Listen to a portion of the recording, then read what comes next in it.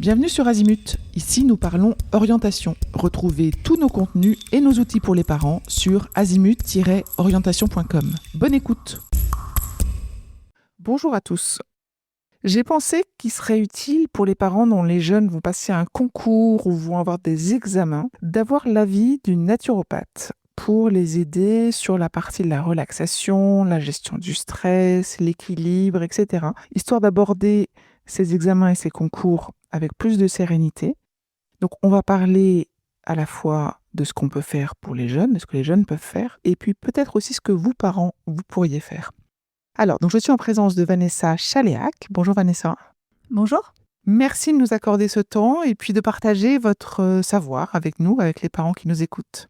Peut-être vous allez commencer par décrire ce que c'est qu'une naturopathe, ce que vous faites, quel est votre métier. Alors effectivement, la naturopathie, c'est une médecine naturelle, alors qui n'est pas une médecine classique, et qui cherche à faire surtout de la prévention santé par des moyens naturels. Donc en fait, les moyens sont notamment l'alimentation, c'est le premier point, l'exercice physique, la gestion du stress, et puis après, il peut y avoir des tas d'autres techniques naturelles, notamment l'utilisation de compléments alimentaires et de plantes. Mais vraiment, c'est d'abord ces trois piliers-là, et ça permet de faire de la prévention, ou aussi de traiter des choses qui sont sur des maladies chroniques ou des problèmes chroniques. Donc là, on va se concentrer sur un jeune qui va prochainement passer un examen, un concours, que ça soit écrit, oral, etc. Déjà, il faudrait qu'il s'y prenne pour se préparer. Est-ce que si c'est demain, c'est trop tard ou est-ce qu'il faut qu'il s'y prenne 2 semaines, 1 semaine, 1 mois, 2 mois avant ? Alors le plus tôt serait le mieux, j'allais dire, mais après il n'est jamais vraiment trop tard. Il n'est jamais trop tard pour prendre conscience en fait des choses qui nous font du bien. Et surtout, moi ce que je me suis posé comme question, c'est vraiment la préparation à un examen ou à un concours. En fait, il y a 2 choses pour moi. Il y a à la fois être en forme pendant ses révisions, parce qu'en fait le cerveau il n'est pas déconnecté du corps. Donc en fait, être au mieux de sa forme pour pouvoir apprendre au mieux, bien réviser, être en sérénité, etc. Donc ça c'est l'hygiène alimentaire, etc. dont on va parler. Et puis après, il faut être en forme le jour du concours, donc pas être épuisé par justement des révisions trop fatigantes ou mal gérées. Et puis surtout, il faut être en pleine possession de ses capacités le jour J. Et là, la gestion du stress va vraiment aider. Et ça, il n'est jamais trop tard pour s'y mettre. Donc le plus tôt est le mieux, mais en revanche, on peut aussi mettre en place des choses, même quelques jours avant, si on reçoit ces informations quelques jours avant. Parfait. Alors, on va commencer effectivement par la période des révisions. Comment est-ce qu'un jeune peut aborder les révisions pour tenir dans la durée? J'imagine qu'il faut garder un peu d'endurance. On va peut-être parler du sommeil aussi. Oui, absolument. Il y a plusieurs choses vraiment importantes, effectivement, pour être en forme globale. Et en fait, ces conseils, d'ailleurs, vous parliez des parents, bon, ils sont applicables à tous, à tout moment. Mais en particulier, en fait, pour moi, une préparation d'examen ou de concours, c'est vraiment une préparation quasiment d'un athlète de haut niveau. Donc, en fait, il faut avant tout surveiller son alimentation. C'est le carburant du corps. Tout ce qu'on apporte tous les jours au corps et au cerveau, bien sûr, puisque j'utilise les mêmes nutriments, c'est tous les jours. Donc, à chaque repas, c'est important de soigner son alimentation. Donc déjà, il y a 2 grands principes. La première chose, c'est que c'est pas le moment de se mettre au régime. Voilà, les 3 kilos pris en prépa, on les perdra après, parce que c'est pas le moment de se mettre en carence et en restriction, vraiment pas. Et à l'inverse, c'est pas le moment non plus de «s'encrasser» entre guillemets, donc de dire: «Bon allez, j'ai besoin de réconfort, je fais du McDo, midi et soir ou tous les jours». Non, parce qu'en fait, ça demande plus d'efforts de digestion, ça fatigue le corps et c'est vraiment pas le moment non plus. Ces 2 points un peu préliminaires. Après l'alimentation, c'est vraiment simple, mais c'est déjà des protéines à chaque repas. Les protéines, ça c'est un des carburants qui est apporté par l'alimentation et qu'on ne peut pas fabriquer. Donc, idéalement, des protéines le matin, donc des œufs, du saumon, du fromage, du jambon, enfin tout ce qu'on veut le matin. Et à midi aussi, des protéines, un peu de viande blanche, un peu de poisson également. Voilà, donc ça, c'est vraiment essentiel, protéines à chaque repas. Le soir, ça pourrait être des protéines plus légères, par exemple, justement du poisson, ou alors des protéines végétales que sont les lentilles, les pois chiches, etc., si vous aimez. Mais dans chaque assiette, des protéines. Dans chaque assiette, des légumes. Pour moitié, en fait, quand vous avez votre assiette en face de vous, il faut se dire que la moitié, ça doit être des légumes. Parce que c'est ça notre apport de vitamines, de minéraux, de fibres. Bon, c'est essentiel. Donc, légumes crus et légumes cuits, les 2, voilà. Et puis après, des féculents. Bon, ça, on en a besoin aussi. C'est des glucides lents. Si possible bio, si possible complet. Je sais que c'est pas facile, surtout quand on déjeune à l'extérieur. Mais voilà, ça c'est aussi un carburant, les glucides, c'est hyper important, c'est ce qui permet d'assurer la satiété, de calmer, donc ça aussi à chaque repas. Donc une assiette moitié légumes, un peu de protéines et un tiers ou un quart de féculents. Et tout ça arrosé, j'allais dire, de bons lipides. Donc le gras, c'est été un peu diabolisé pendant des années pour des raisons X et Y, mais on en a besoin du gras. Alors pas du gras des frites, bien sûr, plutôt du gras ce qu'on dit les bons gras, c'est-à-dire des huiles végétales de bonne qualité, de colza, le lin, l'huile de noix, la cameline, tout ça. Huile d'olive aussi. Des poissons gras, si vous aimez les sardines, c'est très très bon pour le fonctionnement du système nerveux. Donc manger des sardines 2 fois par semaine. En plus, vraiment, ne pas lésiner sur le gras. On a besoin chacun de 3 cuillères à soupe d'huile par jour. Voilà. Donc ça, c'est un peu les grands principes de l'assiette, on va dire. Donc une assiette, c'est pas une assiette de pâtes Voilà. parce que on a compris qu'il fallait équilibrer, avoir des légumes, il fallait avoir des protéines. C'est une assiette qui a un peu de tout et tout le temps. C'est-à-dire que c'est ça, Exactement. hein, dès le matin au petit déjeuner, les céréales avec le lait, c'est pas idéal. Ouais. Il manque des éléments pour tenir en fait dans la durée. Là, Ouais, l'idée c'est de ça. ce que vous nous dites, c'est pas pour avoir une forme physique et rentrer dans son jean, mais c'est pour que son cerveau puisse fonctionner dans la durée du matin au soir, c'est ça? Exactement.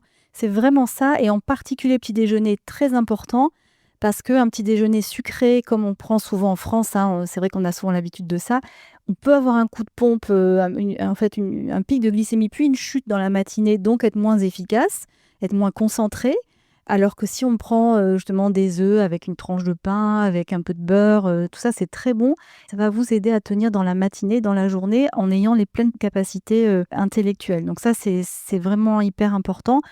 Avec l'hydratation, donc boire, boire, boire. Prenez, voilà, c'est ça pendant les révisions ou pendant les examens, une gourde et boire de l'eau plate, régulièrement. On a besoin aussi d'hydrater notre corps, très, très régulièrement dans la journée. En quantité? 1,5 litre minimum, je dirais, alors dans ce qu'on mange, il y a de l'eau aussi, mais voilà, 1,5 litre, c'est bien. Et sur l'alimentation aussi, attention, alors je sais que c'est difficile quand on s'adresse à des jeunes, mais essayez de limiter un peu les excitants, les cafés, les coca et cetera, parce qu'en fait, ça stimule artificiellement et puis après ça fatigue encore plus le corps. Donc 1 ou 2 cafés par jour, c'est pas du tout gênant, au contraire, c'est stimulant. Au-delà, c'est un peu il vaut mieux éviter. Pareil, il vaut mieux éviter les choses très sucrées. Donc ma fille me disait souvent, dans les DST, elle voit des gens qui prennent des paquets de bonbons ou des barres chocolatées. C'est vrai qu'on a l'impression que ça va donner un petit coup de fouet quand on est un peu fatigué, ce qui est vrai, hein. Mais il vaut mieux privilégier des choses si vous avez un petit creux, des amandes, un peu de chocolat noir, des fruits secs, des choses qui vont vous apporter en plus quelques nutriments, en évitant, le plus possible le pur sucre, le bonbon par exemple, qui apporte pas grand-chose et qui peut fatiguer à la longue, le corps. On a le droit au goûter? Oui, oui, le goûter, c'est très bien si vous avez faim, en fin d'après-midi, pareil pour se rebooster un peu ou durant une épreuve. C'est ça, cette petite poignée d'amandes avec 2 carrés de chocolat noir, avec un fruit ou alors un fruit sec, des figues séchées, des abricots séchés, il y a plein de fer, enfin, c'est des choses qui vraiment, font du bien. Ou ça peut être un yaourt avec des amandes, enfin tout ça, c'est très bien, ouais, ouais. Un jeune étudiant qui révise, qui fait, un excès, c'est-à-dire qui va éventuellement, une soirée avec beaucoup d'alcool ou, un repas, pas du tout équilibré. Est-ce qu'il faut rattraper? Est-ce qu'il faut se priver? Est-ce qu'il faut compenser? Ou est-ce que, ben, on reprend, le lendemain ou C'est pas grave, enfin vraiment c'est pas gênant, tout on dit toujours 80-20, je veux dire même les naturopathes, moi je suis surtout pas adepte de faire du 100 parfait, c'est pas possible d'abord. Un jeune qui va au McDo, qui fait un excès, le lendemain il continue comme avant et c'est pas un problème du tout. S'il y a eu beaucoup d'alcool, bon il vaut mieux boire, boire, boire beaucoup d'eau le lendemain pour réhydrater le corps et le reste après ça passe. On est tout à fait capable de gérer, des écarts, sans aucun problème, en particulier les jeunes.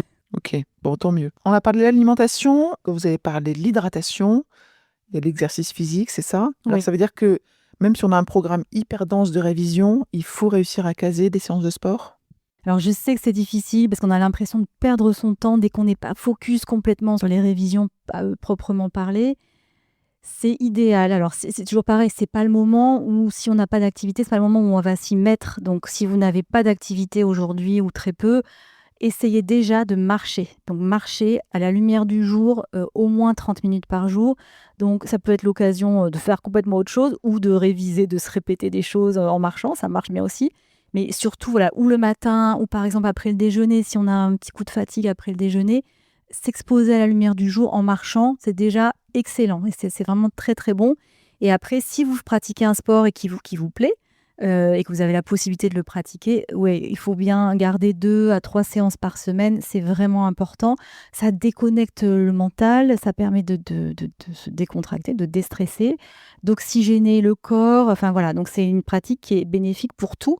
Mais je sais que on a voilà, c'est pas toujours facile à maintenir, mais c'est vraiment quelque chose qui est bénéfique, mais les sportifs le savent, hein, ils savent que c'est ce qui leur fait du bien aussi, donc voilà. Mais à minima, marcher, marcher, marcher le plus possible. Comment est-ce qu'on récupère? Parce qu'une fois que, l'organisme il est, concentré pendant un certain nombre d'heures, voire il a travaillé physiquement, j'imagine qu'il faut récupérer un petit peu? Oui, alors bien sûr, vous le disiez, le sommeil, c'est ultra important et ça, c'est vrai encore une fois pour tout le monde. Mais pour les jeunes, en fait, bon, on va dire autour de la vingtaine ou même un peu avant, ils ont besoin quand même de facilement de 8 à 10 heures de sommeil, hein, selon les gens, donc c'est beaucoup. Ça, c'est hyper important parce que c'est le moment de la récupération, c'est ce qui permet d'assimiler tout ce qu'on a fait dans la journée et de repartir le matin en ayant assimilé ce qu'on a fait et en étant prêt à repartir pour une nouvelle journée ou de révision ou d'examen. Donc c'est essentiel, donc il faut essayer de se privilégier quand même, de mettre l'accent sur ces 8 heures, on va dire, de sommeil. Si possible, déconnecter un peu des écrans et je sais encore une fois que c'est pas évident, mais voilà, pour dormir, on sécrète de la mélatonine, vous le savez et la mélatonine, elle est sécrétée en situation d'obscurité. Donc en fait, quand il y a pas d'obscurité, bah, il y a pas de mélatonine. Donc l'écran du téléphone contribue à cette lumière bleue, à donner l'impression au corps qu'il est encore en plein jour et du coup à retarder le sommeil. Donc si on peut, bah, couper les écrans 1 heure avant de se coucher, c'est là on peut aussi faire une petite marche à ce moment-là. Il y aura pas la lumière du jour, mais ça permet de détendre ou lire un livre ou discuter, enfin, il y a plein de choses à faire. Mais pour faire autre chose et permettre au corps de se préparer au sommeil pour avoir un sommeil de qualité. Est-ce que vous avez une petite astuce que moi j'ai souvent des jeunes qui me disent: «Bah, en fait, je suis tellement stressé, j'ai tellement de choses dans la tête et puis voilà, en fait, je sais que je vais pas dormir tout de suite, je vais avoir du mal à m'endormir et donc autant que je m'occupe, alors je vais regarder une série ou je vais regarder mon téléphone ou autre, mais je vais pas dormir tout de suite». Ouais. Qu'est-ce qu'on peut leur dire? Beh, vous avez raison. Là, un autre pilier de la naturopathie, c'est la gestion du stress et donc en particulier dans ces périodes-là encore plus. Ça s'anticipe le plus possible. Alors, il y a plein de choses à faire. Tout ce que vous pouvez faire ou que vous faites déjà, que les jeunes font déjà, pour la gestion du stress, que ce soit de la méditation, que ce soit de la relaxation, tout ça est excellent et bien sûr tous les outils se valent. Il y a un outil que je trouve exceptionnel par sa simplicité et son efficacité, c'est la cohérence cardiaque. Ça consiste simplement à respirer 5 minutes à chaque fois, 3 fois par jour. Alors je vais vous expliquer que c'est important d'avoir ces 3 fois, mais pendant 5 minutes, on inspire sur 5 secondes et on expire sur 5 secondes. Et en fait, pendant 5 minutes. Donc il y a une application gratuite qui permet de le faire, mais il y en a plein des applis. Moi, je connais Respirelax qui se trouve sur tous les téléphones, qui permet de paramétrer tout simplement. Il y a une petite bulle qui monte, qui descend, ça vous calcule les 5 minutes et c'est voilà. Et cet outil, il est vraiment assez spectaculaire. Enfin, moi, je l'ai utilisé, personnellement, pendant longtemps et j'ai trouvé les effets spectaculaires sur, bah, le sommeil, qualité du sommeil, sur l'endormissement, sur la gestion du stress, sur la régulation des émotions. Il y a plein d'autres d'ailleurs, applications de la cohérence cardiaque, mais c'est vraiment quelque chose qui fait l'unanimité aujourd'hui, auprès même des médecins, des cardiologues et cetera. C'est 5 minutes 3 fois par jour. En revanche, c'est quelque chose alors moi je l'ai essayé d'expliquer à mes filles, mais qui me disaient, en période par exemple pendant un DST: «Ah j'étais stressée, ton truc ça marche pas». Et donc évidemment si on le fait juste au moment du stress, ça marche pas. Mais ça marche en amont, donc c'est vraiment quelque chose qu'il faut le faire régulièrement, 3 fois par jour. C'est rien en fait, ça paraît contraignant, mais 5 minutes ça passe très vite. Par exemple, le matin au lever, avant de partir, avant de commencer, ça peut même être dans le lit le matin. On va dire avant le déjeuner ou après le déjeuner selon, voilà, peut-être après le déjeuner, ça peut de redonner une petite, dynamique et le soir au coucher, même dans le lit, on peut être allongé, il y a aucun problème et le fait de le faire régulièrement, ça entraîne le corps et le cerveau à déconnecter et du coup, si on le fait en situation de stress, moi je sais que je le faisais avant des prises de parole à impact, quand je devais monter sur scène, on le fait ou avant un oral, on peut le faire, personne ne le voit, hein, après vous le faites sans appli, quand vous êtes entraîné Et le fait de le faire quelques secondes déjà, moi je sais par exemple, je me mets à bâiller, donc je sais que ça y est, je suis en train de me détendre. Et du coup, ça reproduit les effets, mais qu'il y a eu pendant l'entraînement qu'on a pu faire avant. Donc 3 fois 5 minutes par jour, c'est la cohérence cardiaque. Et ça permet d'entrer, en fait, notre système nerveux autonome, celui qu'on ne contrôle pas, enfin qui n'est pas volontaire, on va dire, il a 2 branches, orthosympathique, parasympathique. L'orthosympathique, c'est ce qu'on appelle le guerrier en action, donc ça s'exprime assez bien. Donc voilà, c'est pour se mobiliser, pour mobiliser toute notre énergie, notre attention. Et le parasympathique, c'est pour la récupération, la digestion, l'assimilation, le repos. Et les 2 sont importants, sauf qu'on est souvent dans un mode de vie où on est beaucoup en ortho. Et notamment, par exemple, regarder son téléphone, être sur les réseaux sociaux, c'est pas vraiment du parasympathique, c'est plus de l'orthosympathique. Donc, on étend de plus en plus le temps de l'orthosympathique et on réduit le temps du repos. Donc, ce genre de pratique, la cohérence cardiaque, ça permet de passer en parasympathique tout de suite. Et quand je disais que je bâillais quand je le fais, c'est un des signes qui montre qu'on est sur le système parasympathique. Cet aspect justement des nerfs, c'est ça, non, de la Ouais, du système nervosité, nerveux, du ouais. système nerveux. Je sais que c'est important pour vous. On peut s'attarder un peu dessus. Qu'est-ce que vous auriez d'autre à dire sur le sujet pour aider justement dans ce contexte de révision? Déjà, s'entraîner à avoir ce genre de pratique, ça permet de simplement prendre conscience de soi. Parce que souvent, quand on commence à respirer, on se dit: «Oh, en fait, je suis complètement verrouillée. En fait, je suis penchée en avant». Et puis, prendre conscience de sa respiration, on s'oxygène mieux. Donc, pour moi, c'est ça qui est clé. C'est vraiment ça. Je disais, ça peut être de la méditation, ça peut être plein d'autres choses. Mais à 18-20 ans, ça a l'avantage, la cohérence cardiaque, d'être une pratique facile et d'en voir, je pense, les effets assez rapidement. Donc, c'est vraiment essentiel parce que ça permet, par exemple, de réviser en toute sérénité. Donc, si on est détendu, on assimile mieux ce qu'on est en train d'apprendre. Et puis du coup, de l'appliquer aussi en période d'examen écrit ou oral et donc d'être plus détendu et du coup, on a accès à toutes ces capacités parce qu'en fait, quand on est en orthosympathique, vous voyez le guerrier en action ou si on est menacé par un chien qui veut nous mordre, tout se bloque, la respiration se bloque, la digestion se bloque. Enfin, on n'est plus en capacité physique de réfléchir normalement. D'ailleurs, le corps se prépare à 2 choses, combat ou fuite. Donc, il ne peut pas faire autre chose. Donc, si on veut avoir accès à toutes nos capacités intellectuelles, c'est pas en mode orthosympathique, même si on aura du stress avant une épreuve, ça c'est une évidence.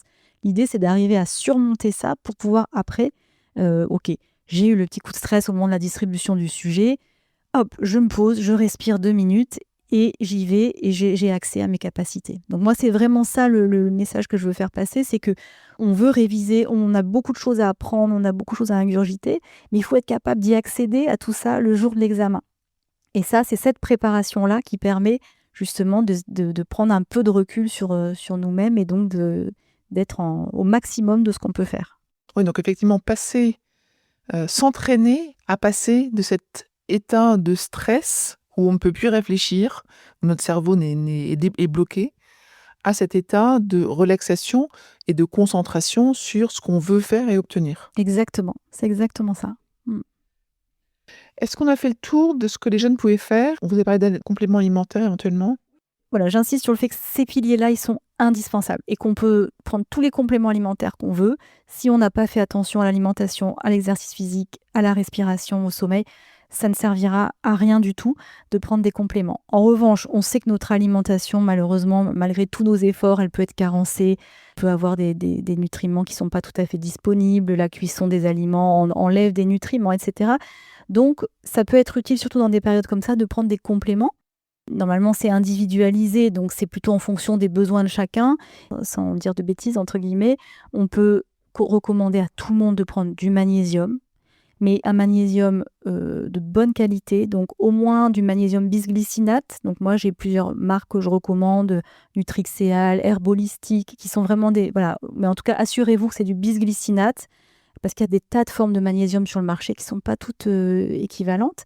Et le magnésium, on en a tous besoin. Et en plus, quand on est stressé, on en a besoin. Et plus on est stressé, plus on en élimine, on va dire. Donc, on peut dire que 90% de la population est carencée en magnésium. Donc, on peut y aller au moins 300 mg par jour, par an et enfant. Voilà, donc ça, le magnésium sans aucun doute et c'est impliqué dans 300 réactions chimiques dans le corps, donc c'est vraiment un des minéraux, essentiels pour nous. Après, aussi les vitamines du groupe B, donc il y a les B1, B3 et cetera, il y en a toute une liste. C'est vraiment intéressant aussi en cas de stress et de fatigue, donc dans ces périodes-là d'examen, c'est très utile. Et c'est aussi des régulateurs du système nerveux. Donc là, il y a des complexes aussi, qui comprennent toutes les vitamines du groupe B. Donc encore une fois, moi je parlais de Nutrixéal, je j'ai pas d'action avec ce labo, mais je trouve qu'il est de bonne qualité. Mais aussi, Vital Plus, mais aussi, il y a plusieurs labos qui le font. Il y en a un qui m'échappe d'ailleurs. Voilà, vitamines du groupe B, ça c'est aussi on fait pas beaucoup d'erreurs en période de révision plus examen, à se supplémenter en vitamines du groupe B. Ou alors des compléments comme, ce qu'on appelle des plantes adaptogènes, donc qui aident à s'adapter au stress. Donc par exemple, la rhodiola, la rhodiole, par exemple, la bacopa qui a un effet aussi sur la mémoire, sur la concentration. Donc c'est des plantes qui sont vraiment très bénéfiques, aussi pour cette période-là. Et sinon, moi je recommande aussi, il y a une autre plante qui est très intéressante qui s'appelle le ginkgo biloba et qui joue vraiment sur la vitalité cérébrale, et donc concentration, mémoire. Donc le ginkgo biloba en bourgeon, donc il y a des maisons qui le font, Herbiolis, Herbalgem, ça se trouve en pharmacie ou en magasin bio. C'est vraiment très intéressant aussi. Et j'ai découvert d'ailleurs récemment aussi, il y a un complément de chez Herbolistique qui s'appelle Bacogit et qui est assez complet aussi, qui comprend de la bacopa, je crois qu'il y a pas de la rhodiole, il y a des vitamines du groupe B. Donc ça peut être une manière aussi de combiner un peu tout ça. Donc ça, c'est des compléments un peu génériques, on va dire. Après, évidemment, selon les besoins de chacun, bon ben voilà, si on est plus stressé, il y a plus de choses à faire côté stress. Si on est plus fatigué, également. Mais avec ça et puis une bonne alimentation, normalement, ça devrait être bon. Et je rajoute, moi, 2 petits trucs qui sont pas vraiment des compléments. J'ai trouvé que c'était vraiment bien si on y est sensible. Les huiles essentielles, elles ont des tas de propriétés. Par exemple, l'huile essentielle de romarin, elle est stimulante, donc concentration, mémoire. Ou par exemple la lavande ou l'orange douce qui sont des huiles essentielles plutôt calmantes, relaxantes. Donc encore une fois, selon comment on se sent, voilà. Et ce que je trouve bien, c'est d'en mettre une goutte à l'intérieur des poignets parce que ça diffuse pas mal l'odeur. On les respire pendant qu'on révise, par exemple. Et le jour de l'examen, on le refait. Comme ça, on se remet en fait en condition, voilà, un peu de sécurité et qui nous rappelle les journées où on était en train de réviser. Donc ça a un effet, voilà, aussi sur l'émotion en fait. C'est intéressant. Et enfin, dernière chose, un petit spray de Rescue, ça je pense que beaucoup de gens le connaissent, de fleurs de bac. C'est en spray, vous pouvez le trouver là partout, pharmacie, magasin bio, même sur internet facilement. 1 ou 2 pchits dans la bouche avant une épreuve. Je ne sais pas si c'est autorisé pendant les épreuves, mais en tout cas avant d'entrer ou en cas de stress pendant les révisions. Hop, ça calme instantanément aussi et c'est un petit plus aussi, que des choses très naturelles évidemment, qui peut aider en période de stress. On a parlé beaucoup de la préparation. On a abordé là un peu pendant l'épreuve, justement, avec les compléments qu'on peut avoir ou les huiles essentielles.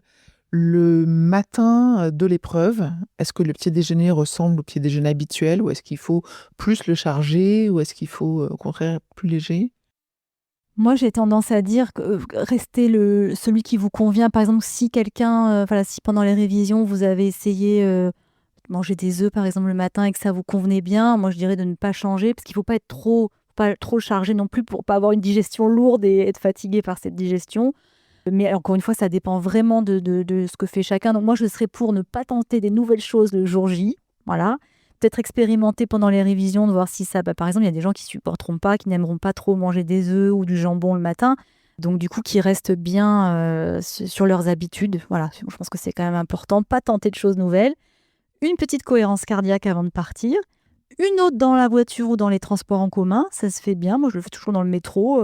Voilà, je me dis que au pire, les gens me voient et du coup, ils se demandent ce que c'est et ça peut les aider. Donc, pendant les transports, on peut en refaire une ou même juste avant d'entrer dans la pièce. Et puis, voilà, avoir son petit rescue. Et le reste, il faut bien se dire, voilà, bien se dire qu'on est prêt pour être bien concentré. Et il n'y a pas de raison d'ajouter d'autres choses pour moi ce jour-là. Alors nous, les parents qui sommes qui regardons par-dessus l'épaule de nos enfants et qui les sentons révisés, qui les sentons stressés, parfois nous, ça nous stresse encore plus et on les stresse encore plus. Bref, c'est un cercle vicieux. Qu'est-ce qu'on peut faire en plus, peut-être spécifiquement pour nous? Parce que j'ai bien compris que si on mangeait équilibré, ça allait aller mieux aussi. Si on faisait la respiration cardiaque, la cohérence cardiaque, ça allait nous aider. Mais est-ce qu'il y a un truc pour nous, les parents, spécifiquement? Pas vraiment plus que encore une fois la cohérence cardiaque, je sais, je le répète, mais c'est parce que vraiment je trouve que c'est spectaculaire pour tout le monde, hein, donc du coup, ça aide aussi à gérer ses émotions et donc à être dans notre rôle de parents sans vouloir trop, leur apporter notre stress. Marcher également, bon, magnésium, ça, il y a aucun sujet aussi pour les parents. Après, il peut y avoir, des petits compléments alimentaires pour les parents. Il y en a un chez Nutrixia qui s'appelle Serenity, mais c'est si vraiment, voilà, c'est encore une fois, ça dépend de chacun, mais si vraiment vous vous sentez très stressé, ce qui est possible parce qu'en plus on n'a pas le contrôle sur, voilà, c'est nos enfants, donc on est toujours beaucoup plus stressé pour eux que pour nous. Donc vous pouvez prendre 2 gélules de Serenity tous les matins pendant cette période-là, mais je pense que voilà, c'est en cas si vraiment vous vous sentez les parents se sentent stressés. Mais je pense que non, enfin voilà, encore une fois, respirer, avoir confiance, se faire un peu de cohérence cardiaque, marcher aussi et puis voilà, je pense que c'est suffisant. Génial. Est-ce qu'on a fait le tour du sujet?